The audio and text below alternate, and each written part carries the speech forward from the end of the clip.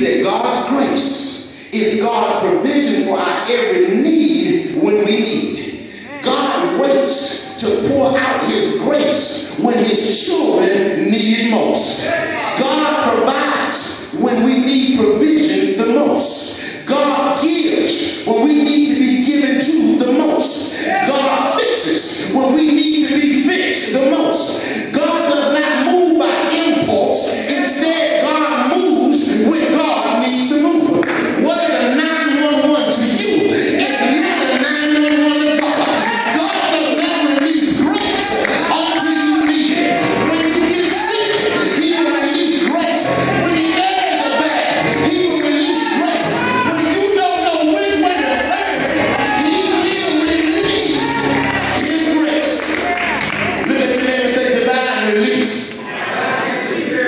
It has been well said that God in all his grace gives us what we do not deserve. And in his mercy, he does not give us what we do deserve. Oh, look at that. His grace gives us what we do not deserve.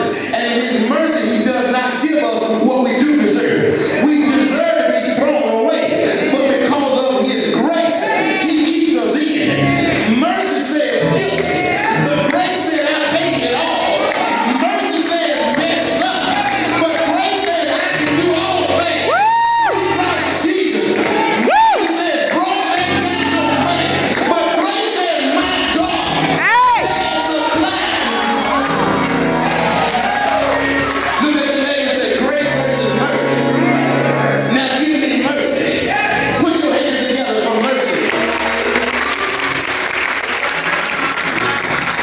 Someone made an acronym of the word grace. Acronyms mean they took the words and spelled something out. This is what they wrote down for grace. It says that grace means God's riches available at Christ's expense. All right. That means that you got grace because Jesus paid it all. All right. I said you got grace because Jesus paid it all. You might not be where you think you ought to be this morning, but you got grace because Jesus paid it all.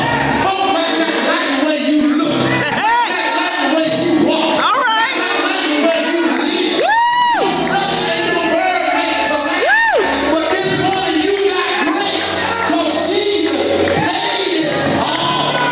Oh, put your hands together and give him praise. Two more things and I'm done.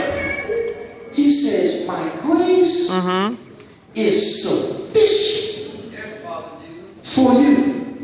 So now that we know what grace is, we can break this down a little further. It is sufficient grace. All right. Look at your neighbor and say, sufficient grace. It is interesting because the Greek word here for sufficient means more than enough. See, sometimes in our service of God, we just do enough to get by. Students in college, they will do just enough to get by. Sometimes on the job, we say, no, I'm going to leave this tomorrow. We'll do enough to get by. I don't have a God who has just enough to get by. But I got a God that has more than I need. Look at this. It was a message of sufficient grace. Sufficient means there is more than enough. That there is never, look at this. Sufficient grace means that God does not have a shortage of grace.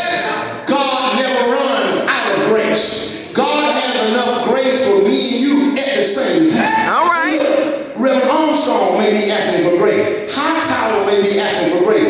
White may be asking for grace. Norman may be asking for grace. And I may be asking for grace at the same time. But that does not interfere with God's ability to give all of us what we need at the same time, on the same day, in the same place, because there is no shortage of grace. God, look at this until you're going to like this. God's grace never goes into a recession. God's grace is never depleted. God's grace never experiences a divine shortage. Look at this. When the power goes out, you see, I grew up in the country. When the power goes out where I live, I don't panic and I don't have a backup generator. I get my flashlight. All right. And I go into my storage in the basement and I pull out my kerosene lamp. All